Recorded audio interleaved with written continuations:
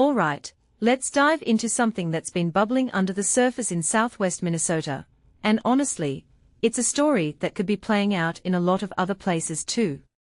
So, Erick Garcia Luna, a regional economist from the Federal Reserve Bank of Minneapolis, recently visited Marshall and Lamberton, and what he found is pretty intriguing. Here's the deal, there's a sense of nervousness among local business people. Now, personally, I think this is a fascinating insight, because it's not just about numbers or data, it's about the human experience of an economy. What makes this really interesting is that it's not all doom and gloom. There's a general sense of positivity, but it's layered with uncertainty. From my perspective, this duality is what makes economic trends so complex and, frankly, so human.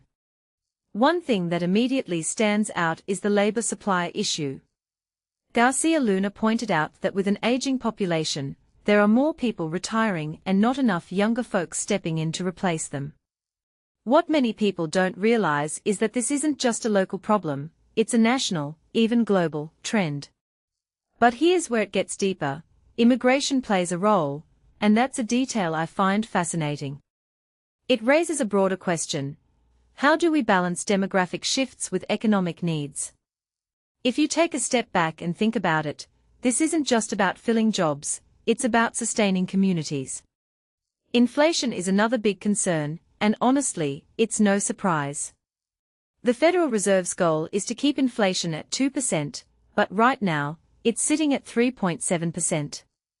What this really suggests is that the post-COVID economy is still finding its footing. Garcia Luna mentioned goods inflation and energy inflation, and here's where my commentary comes in. Energy prices are particularly volatile, and geopolitical events like the Iran conflict can send shockwaves through the system. In my opinion, this highlights how interconnected our world is. A conflict halfway across the globe can hit your local gas station. Now, let's talk about agriculture, because in southwest Minnesota, it's not just an industry, it's a way of life. Garcia Luna emphasized that farmers are really feeling the pinch.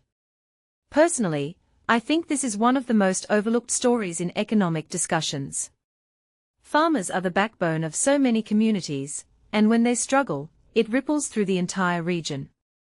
What this really suggests is that economic policies need to be more granular, more attuned to the specific needs of different sectors. If you take a step back and think about it, this sense of nervousness isn't just about fear, it's about adaptation. The economy is resilient, as Garcia Luna noted, but resilience doesn't mean ease. It means businesses and individuals are constantly navigating uncertainty. From my perspective, this is where innovation and policy need to step up. How do we support small businesses? How do we address labor shortages? How do we stabilize prices without stifling growth? What makes this story so compelling is that it's not just about southwest Minnesota, it's a microcosm of broader economic trends. The nervousness Garcia Luna observed is likely echoed in countless other communities. In my opinion, this is a call to action for policymakers, business leaders, and even individuals to think more critically about the future. So, here's my closing thought. Economic data is important, but it's the stories behind the numbers that truly matter. The nervousness in southwest Minnesota isn't just a statistic, it's a reflection of real people facing real challenges. And that, to me, is what makes this story so powerful. What do you think? Is this something you're seeing in your community?